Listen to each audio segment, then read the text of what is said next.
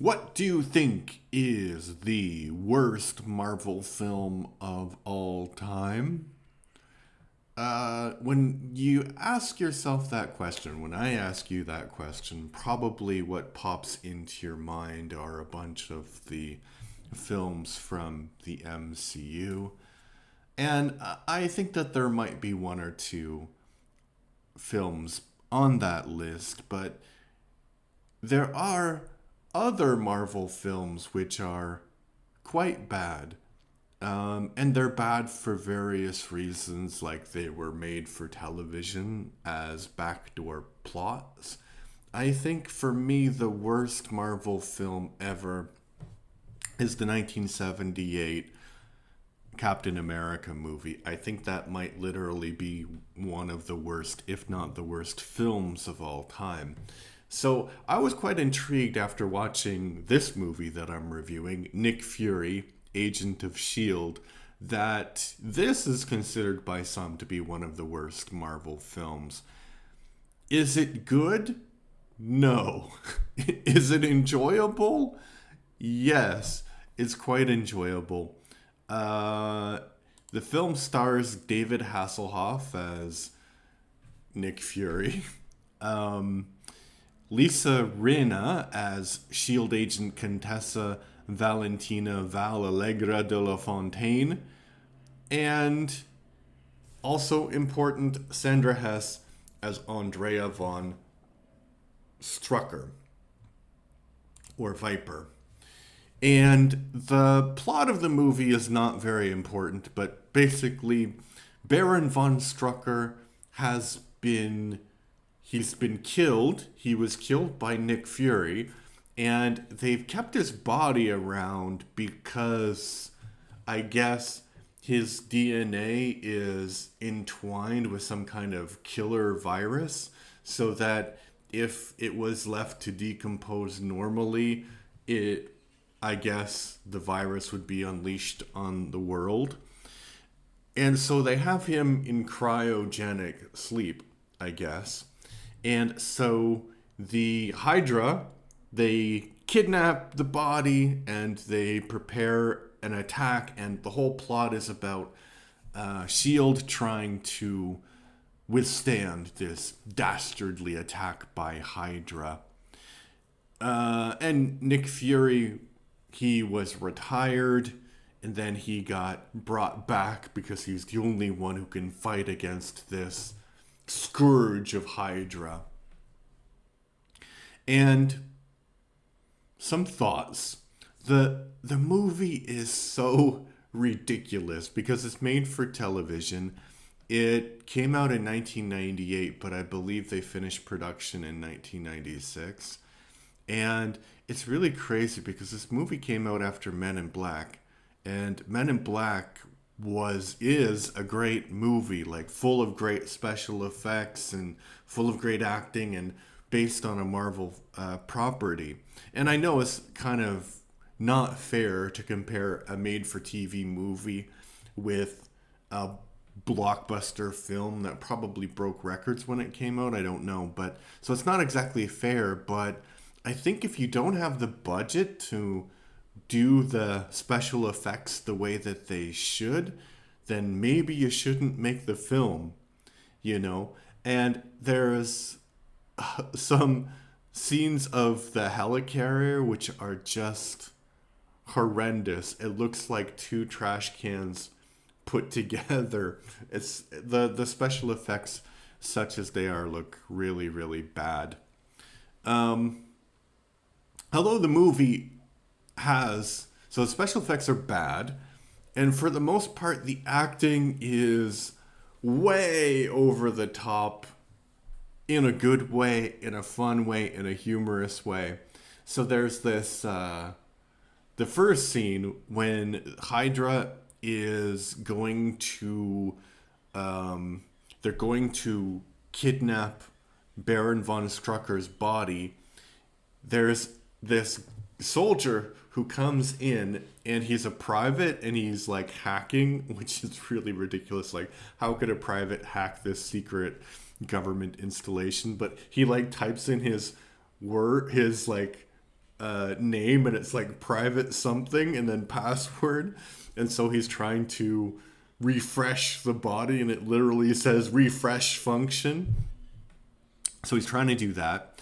And then they're able to, well, so he's doing that. And while he's doing that, another soldier comes in, and he's just starts talking at level like 15, and you expect this guy to be like a super important character, but he is straight up murdered within 2 minutes.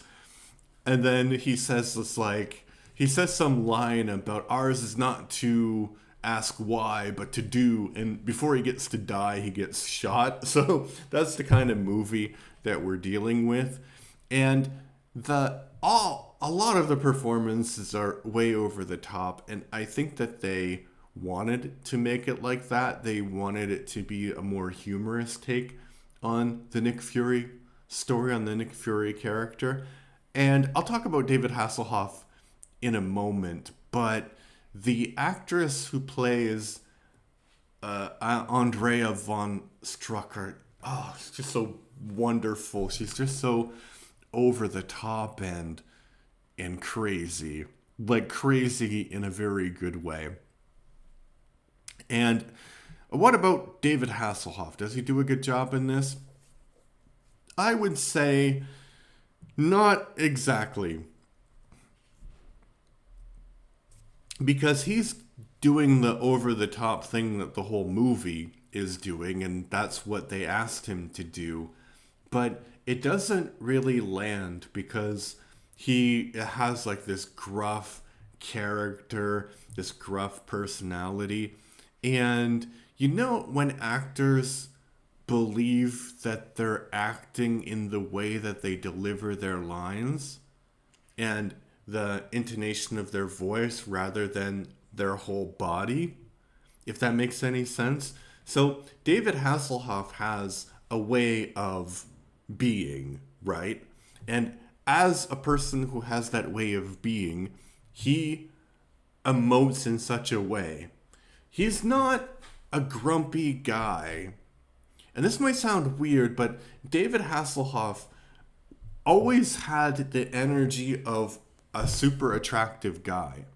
So a super attractive guy is never really, really grumpy, is never really, really embittered. And the Nick Fury in this movie is like grumpy, embittered, he hates humanity. But so David Hasselhoff has like this very thin veneer of that attitude, and the way that he delivers the lines is like that, but his body language is not giving off that. So there's a bit of a disconnect to it. And so his character is not as funny as they thought, the creators, the writers of this project, they thought it would be. The other characters, I mean, the Andrea is great. She's really over the top. And generally the members of Hydra, they do perfectly. They give what is being asked, and it really, really works. But the agents of S.H.I.E.L.D., oh, it's just so bad. So bad. The one with the really long name, like De La Fontaine, when she sees Fury after a while, she says this really, really crazily long, unnatural line. I didn't write it down, but don't worry, you're not missing anything if I forgot it. But it was just so awkward. There's no way that you would see somebody who apparently you had a romantic fling with, and that would be your first line. Your first line would be like, hey, you know, it wouldn't be like, Nick Fury, he's criticizing his underlings again, something like that.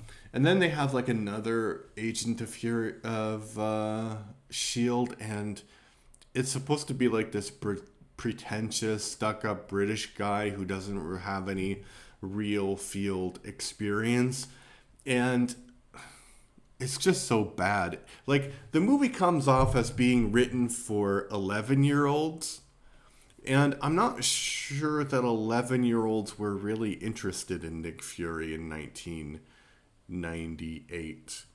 And it's really weird that I mean, this time it wasn't Marvel. This was a Fox project. But it's really weird that people kept on making backdoor pilots to Marvel series. I can think of, like, there was one, the only one that worked was The Incredible Hulk in the 1970s. But during those 1970s, they had Captain America, Doctor Strange. In the 80s, they had Daredevil and Thor. And in the early 90s, they had Generation X. And here they have Nick Fury, Agent of S.H.I.E.L.D. It just doesn't work. Like, I think the modern way of doing it, where you actually have a project and you, like, do it, is better. But then you have the question of, like, quality control and all of that. Is modern Marvel better than the Marvel that came before? And I think that yeah, it is. It's just they tried to do way too much, and they thought that the appetite for Marvel was a lot bigger than it is actually. And then they made the mistake of thinking that everybody would be heavily invested in everything that they did. So then and then they were like, well, why don't people go to the sequel to Captain Marvel? Because the first Marvel was really, really good. But then if you wanted to have an understanding of what's going on in that movie, you had to watch Miss Marvel. You had to, which is a good show, by the way. Like, that's the problem. It's like they had all of these interconnecting things that you needed to watch. And I think that's the big problem, because it just caused a lot of fatigue. But in 1998, they didn't have that problem. They had the other problem that they weren't able to get their stuff on television quite in the way that they wanted to. So, in conclusion, I've been rambling a bit, but in conclusion, is Nick Fury, Agent of S.H.I.E.L.D. worth watching? I would say yes, but because it's really wild. Some things are really over the top. The production values are horrible. The dialogue is horrible. I think it would be really, really fun to watch with your friends and people who enjoy making fun of movies, because this is the perfect movie for it. It's not actually a good movie to watch by yourself, and I don't think it's actually a bad movie. It's like in a different category. It's kind of like in the Howard the Duck category, but not as bizarre, unfortunately, as Howard the Duck. That's what makes Howard the Duck a classic. This movie, not a classic, but I think it might make a comeback when people start to rediscover it. All right, what did you think? Did you watch Nick Fury, Agent of S.H.I.E.L.D.? If you did, please let me know in the comments. If you like what I do, I'm trying to be the most prolific reviewer of all time. I would ask you to subscribe to the channel. It really helps the algorithm out. Leave a comment. That also helps people discover my content. I'm trying to get to 20 subscriptions by the end of June. I know that's a really small amount, but I just rebooted the channel this month, so I think that it's reasonable. It's a reasonable goal.